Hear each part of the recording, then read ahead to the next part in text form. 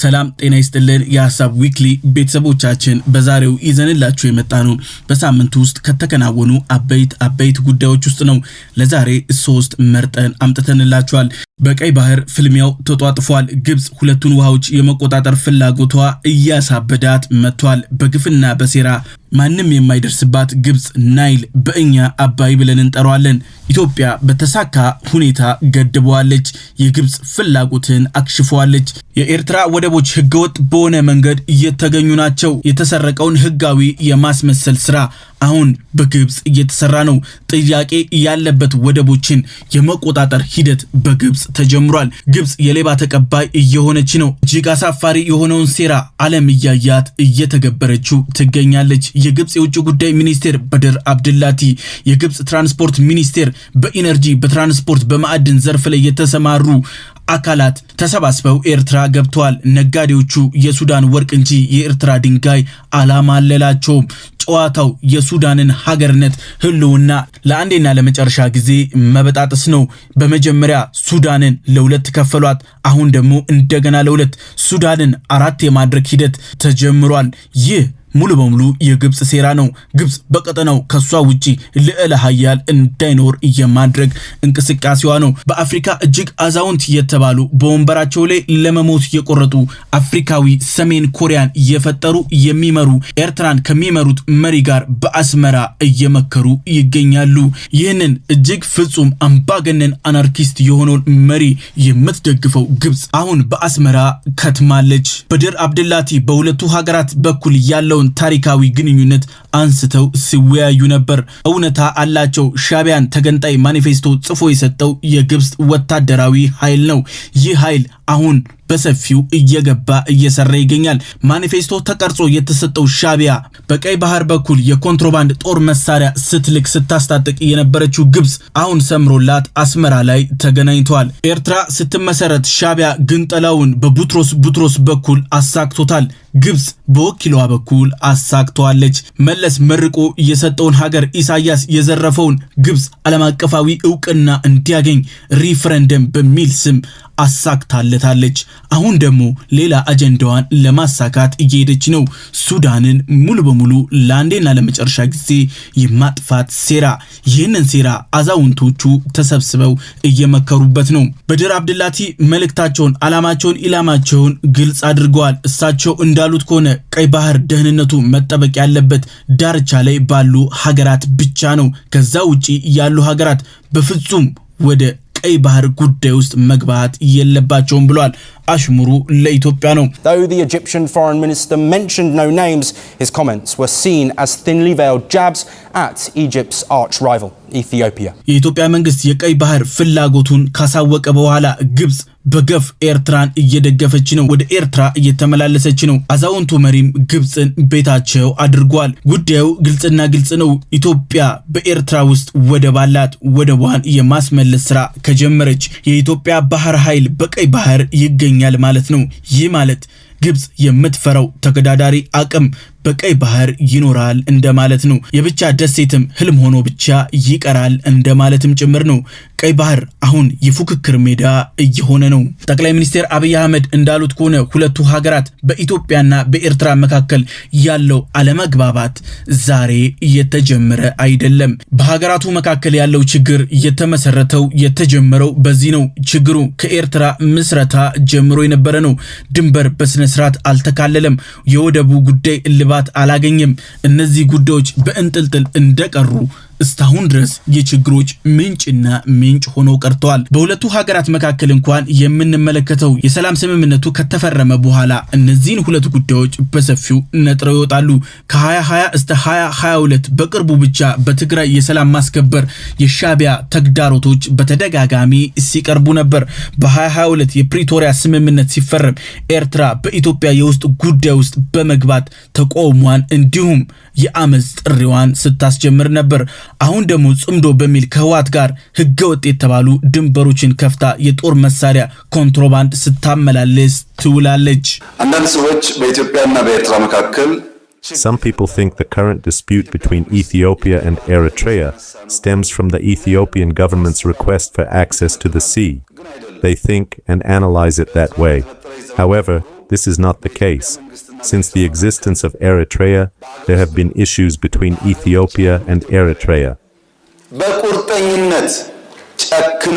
ኤርትራ የጦር መሳሪያ ማከፋፈል በፍጹም የሚሰለቻት አይደለም። ዩኤን በተደጋጋሚ በማዕቀብ ቢያጥራትም እሷ ግን የጦር መሳሪያ ለአልሻባብም ለህዋትም መቸብቸብ ግድ የማይላት ሀገር ነች።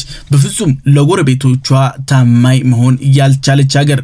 ከሰሜኑ የህግ ማስከበር ዘመቻ ጀምሮ እስካሁን ድረስ ሻቢያ ህጋዊ የኢትዮጵያ ድንበሮችን አቋርጦ መንደሮችን በኃይል ተቆጣጥሮ ይገኛል። በአሰብና በጅቡቲ ግብጽ የልማት ስምምነቶችን ፈርማለች። እነዚህ ስምምነቶች ወደብ ነው። ግብጽ የወደብ ችግር በፍጹም አላጋጠማትም። ግብጽ የወደብ አልሚም ሀገር አይደለችም። እጅግ ሴራ የተሞላበት ተንኮል እንጂ። ግብጽ አሰብ ላይ አተኩራለች። የአሰብን ጥያቄ ወደፊት እያመጣችው ነው። የወደብ ማልማት የሚል ስም ሰጥተዋለች። ጉዳዩ ግን ጥያቄ ያለበት ወደብን የማልማት ይህ ማለት ቀጥተኛ ተጽዕኖ ለማድረግ በኢትዮጵያ ላይ ያለመ ነው። በ2024 ኢትዮጵያ ከሶማሌላንድ ጋር የወደብ ልማት ስምምነት ስትፈራረም ግብጽ በፍጥነት ሶማሊያ ተገኝታ ነበር። ሶማሊያ የደረሰችው የሶማሊያ ቅማል በልቷት አይደለም። ኢትዮጵያ ወደ ቀይ ባህር በፍጹም እንዳትወጣ ለማድረግ ነው። ጉባ ኢትዮጵያ የግብጽ ጭራ የተቆረጠበት ቦታ ነው። ኤርትራም ጅቡቲም ሶማሊያም ልብ ሊሉት የሚገባ ከልባቸው ሊያኖሩት የግድ የሚላቸው ይህ ነው። ግብጽ ሽርጉድ የምትለው ታላቁን የኢትዮጵያ ህዳሴ ግድብ ለማጨናገፍ ለማስቆም ለማፍረስም ጭምር ነው እንጂ የሀገራቱ ችግሯ ሆኖ አይደለም። By building this network, Egypt wants to force Ethiopia to finally compromise on the Nile River water dispute. ተራ የተባሉ የግብጽ ስጋቶች አሁን ዓለም አቀፋዊ ችግር እየሆኑ መጥተዋል። የውሃ መጠኔ እጅግ ይቀንሳል የሚል ተደጋጋሚ ክሶችን ግብጽ በኢትዮጵያ ላይ ስታስከትል ነበር። ግድቡ ከተመረቀ እስካሁን ድረስ አንድም የውሃ እጥረት ግብጽ አላጋጠማትም። በዚህም የተነሳ ግብጽ ይህንን ፖለቲካዊ ኪሳራዋን ለመሸፈን አሁን የኢትዮጵያ የባህር በር ጥያቄን ለማጨናገፍ እየሰራች ነው። ግብጽ ሁለቱ ውሃዎችን የመቆጣጠር ጽኑ ፍላጎት አላት። አሁን ወደ ሁለተኛው ጉዳያችን እናመራለን። ተባብሶ የቀጠለው የመካከለኛው ምስራቅ ጦርነት እጅግ አስፈሪ ወደ ተባለ ደረጃ እያደገ ነው። ጦርነቱን ለማሰብ ከሚከብድ በላይ እየተጓዘ ነው። የኒውክሌር ኃይል ማመንጫዎች ኢላማ እየተደረጉ ነው። የባህረ ሰላጤው ሀገራት ወደ ድንጋይ ዘመን መመለሳቸው አሁን እውን እየሆነ መጥቷል። ግን ከነሱ ውጪ አይደለም። አሁን እርስ በእርሳቸው እየሆነ መጥቷል። ከሂሮሺማና ከናጋሳኪ በኋላ ኒውክሌር አቶሚክ ትልቅ የተባለ ስጋት ሆኗል። ዘመን ተሻጋሪ ትውልድ የማይረሳው ጠባሳም ሆኖ ቀርቷል። የእስራኤል አሜሪካ ኢራን ጦርነት ከጀመረ በኋላ የመጀመሪያ የተባለው የመሰረተ ልማቶችን ውድመት አሁን ተጀምሯል። ጥቃቱ ቀላል የሚባል አይደለም። ባራካ ኒውክሌር ፓወር ፕላንት ይህ እጅግ ከባድ የተባለ እጅግ ትልቅ የተባለ ተቀባይነት የሌለው ጥቃት ደርሶበታል። የተባበሩት አረብ ኤሚሬት የመከላከያ ሚኒስቴር እንዳስታወቁት ከሆነ ጥሰው የገቡ 3 ሰው አልባ ድሮኖች ተሳታፊ ሆነዋል ብለዋል። የኒውክሌር የውስጠኛው ክፍል ላይ ጉዳት ደርሶበታል። በኒውክሌር ሪያክተሩ ላይ ግን ምንም አይነት ጉዳት አልደረሰበትም። የኒውክሌር ጨረር ማፈትለክም አዝማሚያም አልታየም። የከፋ ተጽዕኖ በሪያክተሩ ላይ አልደረሰም ሲሉ አሳውቀዋል። የተባበሩት አረብ ኤሚሬት የኒውክሌር ተቆጣጣሪ ሁሉም የኒውክሌር ሪያክተሮች በተለምዶ መንገዳቸው እየሰሩ መሆናቸውን አሳውቀዋል። የጣቢያው ኃላፊዎች እንዳሉት ከሆነ ጥቃቱ ዓላማ ችላ የሚባል አይደለም ሲል አስጠንቅቀዋል። ምክንያቱም ይህ የኒውክሌር ጣቢያ ከዚህ በኋላ ተደጋጋሚ ጥቃት የሚደርስበት ከሆነ ተጋላጭነቱ እየጨመረ ይሄዳል። ጥቃቱ የሚከሰት ከሆነ በቀጠናው አዲስ ታላቅ ስጋት የሚከሰት ይሆናል። ባራካ ኒውክሌር ፓወር ፕላንት በአረቡ ዓለም የኒውክሌር ማመንጫ ታሪክ የመጀመሪያ በቴክኖሎጂ የታጨቀ ጣቢያ ነው። ከፍተኛ የኤሌክትሪክ አቅርቦት የሚሰጥ ነው። ይህ እጅግ አደገኛ የጥፋት አደጋ አሁን ተጋርጦባታል። ስጋት ደግሞ የሆነባት የኢራን እስላማዊ ዘቡ ነው። የተባበሩት አረብ ኤሚሬት የደረሰባትን ጥቃት ጠቅሳ አቤት ብላለች። ቴህራን በቀጥታም በራሷ የሚታዘዙ ኃይሎች የኢነርጂ አቅርቦት እና የኢኮኖሚ ሰንሰለቶች ላይ አደጋ እየጣሉ ነው። በዚህም የተነሳ ሌላ ስጋት ውስጥ ተገብቷል። ቀጣዩ ስጋት በቀጠናው ያሉ የኢራን ታጣቂዎች ይበልጡኑ አቅማቸው እየፈረጠመ ነው። በዚህም የተነሳ ቀጠናው ከስጋትም እያለፈ የሆነ ነው።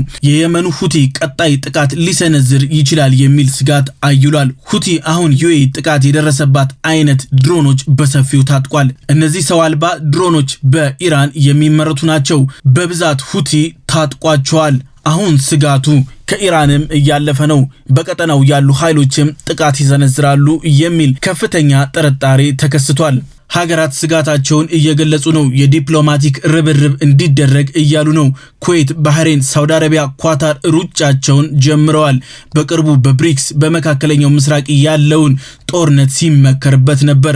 ሁለቱም ሀገራት ደግሞ የብሪክስ አባል ሀገራት ናቸው። በብሪክስ ማዕቀፍ ውስጥ የሚንቀሳቀሱ የሚሰሩ ሀገራት ናቸው። አሁን ከብሪክስ ግዙፍ የተባለ ተስፋ ይጠበቃል። ህንድ ለድርድሩ አጽንኦት ሰጥታ ስትመክርበት ነበር። ህንድ ጥቃቱን በፍጹም መሆን የሌለበት ብላ አውግዛለች። ህንድ በተባበሩት አረብ ኤሚሬት ላይ የባራካ ተቋም ላይ የደረሰው ጥቃት ተችተዋለች፣ አውግዘዋለች። ከባድ የሆነ ውድመት ያስከትላል። ዲፕሎማሲ እንዲሁም ንግግርን እንዲያስቀድሙ ለሀገራቱ ጥያቄዋን አቅርባለች። India is deeply concerned at the attack targeting the Baraka nuclear facility in the UAE. Such actions are unacceptable and represent a dangerous escalation. We urgently call for restraint and a return to dialogue and diplomacy. ዓለም አቀፍ አቶሚክ ኢነርጂ ኤጀንሲ ከፍተኛ ጥብቅ ማስጠንቀቂያ አውጥቷል። የኒውክሌር ደህንነት አደጋ ላይ የሚጥል ማንኛውም ወታደራዊ እንቅስቃሴ ተቀባይነት የለውም ሲል ክስተቱን አውግዙታል።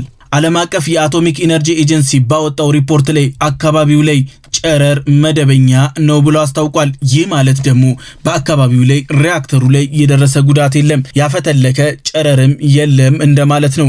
የኤሌክትሪክ ጄኔሬተር ላይ ግን ጉዳት ደርሷል። በጥቃቱ ስትራቴጂካል የተባለው የኒውክሌር ሪአክተሩ አካል ባይመታም እሳትም ተከስቷል። ሪአክተሩ ግን አሁንም ሰላማዊ በሆነ መንገድ እየሰራ ነው። ኤጀንሲው ከፍተኛ ቁጥጥር እንዲደረግም ጥያቄም አቅርቧል። The IAEA has been informed by the UAE that radiation levels at the Baraka nuclear power plant remain normal, and no injuries were reported after a drone strike caused a fire in an electrical generator located outside the inner site perimeter of the site. Director General Rafael Grossi expresses grave concern about the incident and says, "Military activity that threatens nuclear safety is unacceptable." The DG reiterates call for maximum military restraint near any NPP to avoid the danger of a nuclear accident. ሳውዲ አረቢያ በተመሳሳይ በኢራቅ እና በሳውዲ ድንበር በኩል አልፎ ወደ ሀገሯ የገቡ ድሮኖችን ሪፖርት አድርጋለች። ጠንካራ የተባለው የሳውዲ አየር ክልል ተጥሷል። 3 ድሮኖች አልፈው ቢገቡም ኢላማቸው ላይ ሳይደርሱ ተመተዋል፣ መክነዋል። ሪያድ ድሮኑን ማን እንዳስወነጨፈ አልተናገረችም። ሳውዲ በምትኩ ይህንን ብላለች። በተገቢው ጊዜና ቦታ ምላሽ እሰጣለሁ ብላለች። ይህ ማለት ሁለቱ ወገኖች ምላሽ የሚሰጣጡ ከሆነ በቀጣይ ወደ ግልጽ ቀጥተኛ ጦርነት ሊያመሩ ይችላሉ የሚል ስጋት አለ። ቴህራን በዚህ አያያዟ ከቀጠለች የባህረ ሰላጤው ሀገራት ሊያጠቋት ይችላሉ፣ አጸፋም ሊመልሱ የሚችሉ ይሆናል። የባህረ ሰላጤው ሀገራት እጅግ ከባድ ስጋት ውስጥ ገብተዋል። ቀጣይ ኢላማ ማን ነው የተደረገው? የትኛውስ ተቋም ነው? መቼ ነው ጥቃቱ የሚሰነዘረው? የሚል ጥያቄዎች በአረቡ ሀገራት የስጋት ምንጭ ሆኗል። የቀን ተቀን ሌላኛው የህዝቡም ጥያቄ ሆኗል። ሀገራቱ የኢስላማባድ ድርድሩ በፍጥነት እንዲያልቅ ግፊት እያደረጉ ነው። ሁሉም የአረብ ሀገራት ስላልተዘጋጁ ለእንደዚህ አይነት ጥቃት ከፍተኛ ጥቃትም ውድመትም ደርሶባቸዋል፣ ፈተናም ሆኖባቸዋል። አሜሪካ ኢራንን ቀለል አድርጋ ስለገመተች አጋር በማለት የምትጠራቸው የአረቡ ሀገራት ከዚህ መሰል ጥቃት ሳትታደጋቸው ቀርታለች። ራሷንም ማዳን ተስኗታል። አሜሪካ በቀጠናው ያሉ ሁሉም በሚባል ደረጃ ወታደራዊ ካምፖቿ የጥቃት ሰለባ ሆነዋል። አሁን ወደ ሶስተኛና መጨረሻ ጉዳያችን እናመራለን። የሀያላኑ መሪዎች በቻይና መመሸግ ምንን እያመላከተ ነው? ከቀናቶች በፊት ትራምፕ በቻይና ጎዳናዎች ላይ ሲንፈላሰሱ ሲጎራረሱ ነበር። የታሪፍ ጦርነት ወደ ቀይ ምንጣፍ ዲፕሎማሲ ተቀይሯል። ለዓመታት በቃላት ጦርነት እንዲሁም በተዘዋዋሪ የንግድ ፍልሚያ በእጅ አዙር በኢራን ጦርነት ምክንያት ቻይናና አሜሪካ እሰጥ አገባ ውስጥ ወድቀው ነበር። የነዳጅ ማዕቀብ ደግሞ ዋነኛ የጦርነቱ ምንጭም ሆኗል። ለዓመታት በቀጥታ የቃላት ጦርነት ጦርነት በተዘዋዋሪ ደግሞ የንግድ ፍልሚያ በእጅ አዙር ደግሞ በኢራን ጦርነት ምክንያት ቻይናና አሜሪካ እሰጥ አገባ ውስጥ ወድቀው ነበር። ቻይና የምትገዛውን ነዳጅ ላይ ማዕቀብ አሜሪካ ደራርባ ጥላበታለች። ትራምፕ ከቤጂንግ መልስ ፍጹም አመፀኛ አልሆኑም። ሙሉ በሙሉ ጸባያቸው ተቀይሯል። ሺን ሲያመሰግኑ ሲያወድሱ እየታዩ ነው። ይህ ምን አይነት ያስተላለፍ ለውጥ ተካሂዶ ነው የሚለው እጅግ አሳሳቢ እየሆነ መጥቷል። ከያላኑ ሰላምታ እስተ እርምጃቸው ተተርጉሞ ሺ ኮስተር ብለው ታይተዋል። አሁን በዓለማችን እጅግ ወሳኝ ኃይል የተባለችው ራሻ ብቻዋን ለዓመታት በዩክሬን ሰበብ ድፍን አውሮፓን አሜሪካንን ጨምሮ በኃይል በክንዷ መክታ ያቆመችው ራሻ ቆራጡ ቆፍጣናው የኬጂቢ ምርጡ ሰላይ ብቻውን ያለ መሳሪያ ህዝባዊ አመጽን በኮስታራ ቃላቱ መበተን የቻለ ቭላድሚር ፑቲን ቻይና ገብተዋል። ለረጅም ጊዜ በደስታም በሐዘንም ከጎናቸው የቆሙት ሺ ጋር ተገናኝተዋል። ሰላምታቸው እጅግ አስደማሚ እየተባለ ነበር። ሺ ከትራምፕ ይልቅ ለፑቲን ዘና እና ፈገግ ብለው ተቀብሏቸዋል። ሺ እጅግ የሚያከብሩት እንግዳቸው በቻይና ይገኛል። ለተከበሩ እንግዶቻቸው የሚያደርጉትን የቻይና የተከበረ የሻይ ግብዣ ለቭላድሚር ፑቲን አድርገውላቸዋል። እውነት ኃያሉ ማን ነው በዓለማችን ላይ? ቻይና፣ አሜሪካ፣ ራሻ? ይህ ወሳኙ ጥያቄ ነው። ሀገራቱ ግን እየጎረፉ ያሉት ወደ ቻይና ነው። ቻይና ተቀባይ ሆናለች። የትኛውም ሀያላን ሀገራት ቤተ መንግስት ላይ ተገኝታ አታቅም። እሷ ተቀባይ አስተናጋጅ ብቻና ብቻ ሆናለች። ይህ ልዕለ ሀያል እየሆነች መምጣቷን አንደኛና ዋነኛ ማረጋገጫዋ ነው። ፑቲን ሁሉንም ከፍተኛ የመንግስት ኃላፊዎች ይዘው በቻይና ተገኝተዋል። በሁለቱ መሪዎች በኩል የታየው የሰውነት እንቅስቃሴ ፖለቲካዊ ትርጉም አለው። እያንዳንዱ እንቅስቃሴ በቻይና ፖለቲካዊ ትርጓሜ አለው። ሞቃት ፈገግታ፣ እንዲሁም ጠበቅ ያሉ የወዳጅነት ሰላምታ፣ የመከባበር መንገድን ቅድሚያ የመሰጣጠት በሁለቱ መሪዎች መካከል በእጅጉ እየታየ ነው። ፑቲን ታላቅ የተባለ ወታደራዊ አቀባበል ተደርጎላቸዋል። የሁለቱም ሀገራት ብሔራዊ መዝሙር በመድፍ ታጅቦ ተከናውኗል። በህፃናት መዝሙር እጅግ የተጋነነ የክብር ፕሮቶኮል በቻይና በኩል ተመልክተናል። ቻይና ለፑቲን ያሳየችው አቀባበል እጅግ አስገራሚ የሚባል ነበር። ሁለቱ መሪዎች ሺና ፑቲን ከ40 ጊዜ በላይ ተገናኝተዋል። ሺ ብዙ ጊዜ በተደጋጋሚ ጓደኛዬ፣ የልብ ጓደኛዬ ብለው ይጠሩታል። ግንኙነታቸው ከመደበኛ ሰላምታም እያለፈም ጭምር ነው። የልደት ቀናቸውን በጋራ ያከብራሉ። እንዲሁም የልደት ቀናቸው ላይ እንኳን አደረሰ የሚል ይፋዊ መልእክትም ይለዋወጣሉ። ባህላዊ የሻይ ፕሮግራም በሰፊው ይገባበዛሉ። በቻይና ቤተ መንግስት የአትክልት ቦታ ላይ ብዙ ጊዜ ሁለቱ መሪዎች ይታያሉ። ዓለም አቀፍ ኃይል እንዲሁም የጎራ ክፍፍል ሲታይ መሪዎቹ ስትራቴጂካል አጋርነትን በተደጋጋሚ ሲፈራረሙ ሳይተዋል። ፑቲን በቻይና ካሉ እጅግ ጥብቅ ጥበቃ ከሚደረግላቸው ቦታዎች እንደ ቤታቸው ይመላለሱባቸዋል። ቦታዎቹ ለሌሎች የውጭ ሀገራት መሪዎች በጥብቅ እየተከለከሉ ናቸው። በሺ በኩል የሚታየው ደግሞ ለፑቲን ያላቸውን እምነትና ክብር ለማሳየት ቦታውን እንደ ቤታቸው እንዲያዩት አድርገዋል። በዩክሬን ጦርነት በምዕራቡ የተገለለችው ራሽያ ቻይናን ብቸኛ አጋር አድርጋለች። ለችግሯም ደራሽም ጭምር ናት። ቻይናና ራሽያ ተቀራርበው የፖለቲካል አንድነት በተደጋጋሚ አሳይተዋል። ሁለቱም ስትራቴጂካል አጋር የሚባሉ ናቸው። ሺና ፑቲን የሚጋሩት አንደኛው የአሜሪካንን ማዕቀብ ሙሉ በሙሉ የመቀልበስ እንቅስቃሴ ነው። እያንዳንዱ አቋማቸው አሜሪካንን በመቃረን ላይ የተመሰረተ ነው። መሪዎቹ በመጣመር በንግድ፣ በቴክኖሎጂ፣ በወታደራዊ ኃይል ዓለም አቀፍ መድረኮች ላይ በጋራ እንዲቆሙ አስችሏቸዋል። ብሪክስን በዋነኝነት ያቋቋሙትም ለዚህም ነው። መልቲፖላር ሲስተም በዓለም ላይ ለማስፈን የምዕራቡን የበላይነት አሁን እንዲያበቃ እነዚህ መሪዎች በሰፊው ሲሰሩ ሲመክሩ ነበር። የሀሳብ ዊክሊ ቤተሰቦቻችን የዛሬው ይህን ይመስል ነበር። በቀጣይ በሌላ ፕሮግራም እስከምንገናኝ ሰላም።